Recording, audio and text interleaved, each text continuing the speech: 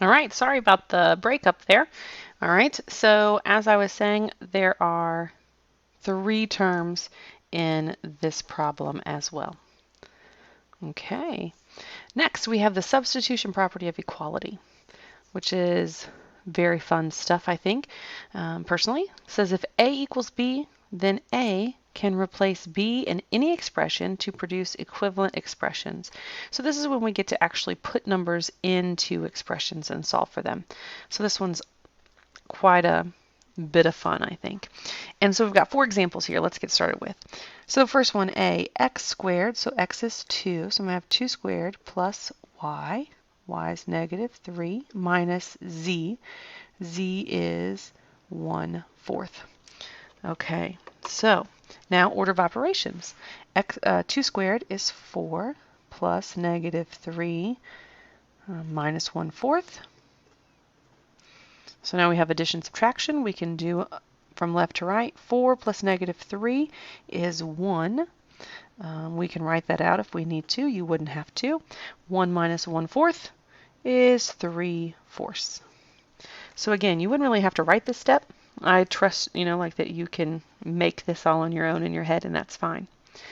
Okay, B, x squared, so that's 2 squared minus y squared, so that's going to be negative 3 squared divided by x, 2 times z, the 1/4. All right, so 2 squared is 4. So we have 4 minus negative 3. That whole term is squared, so negative 3 times negative 3 is a positive 9. And 2 times 1/4 is actually 1/2. All right, so we've got 4 minus 9 is negative 5 divided by 1/2. Okay, we can't have this 1/2. We can't have a fraction in our denominator, so we're going to multiply by the reciprocal, 2 over 1, in our numerator and our denominator.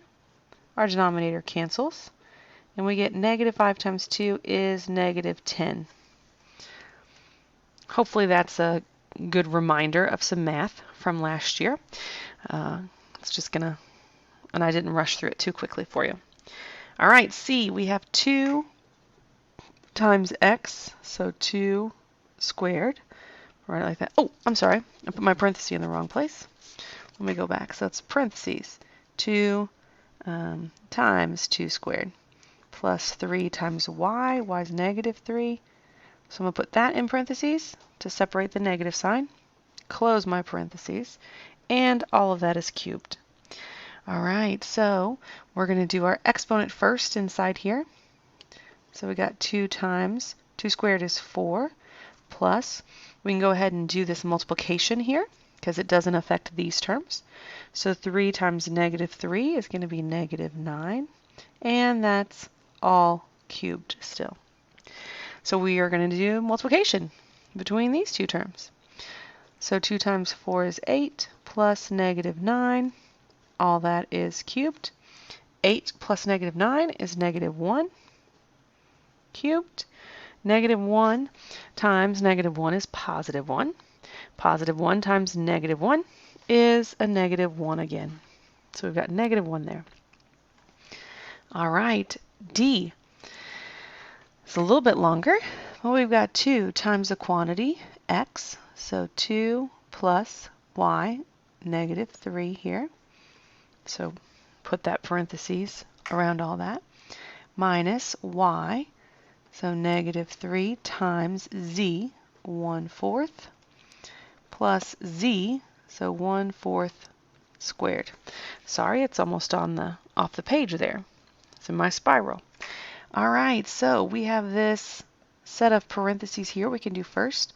So we're going to have 2 times 2 plus negative 3 is negative 1 minus, we've got multiplication here in this set. So negative 3 times 1/4 is negative 3/4. And plus, we can do the exponent for this term. So 1/4 squared is 1/4 times 1/4, which is 1/16. Okay, now we have multiplication still here with this term. So 2 times negative 1 is negative 2.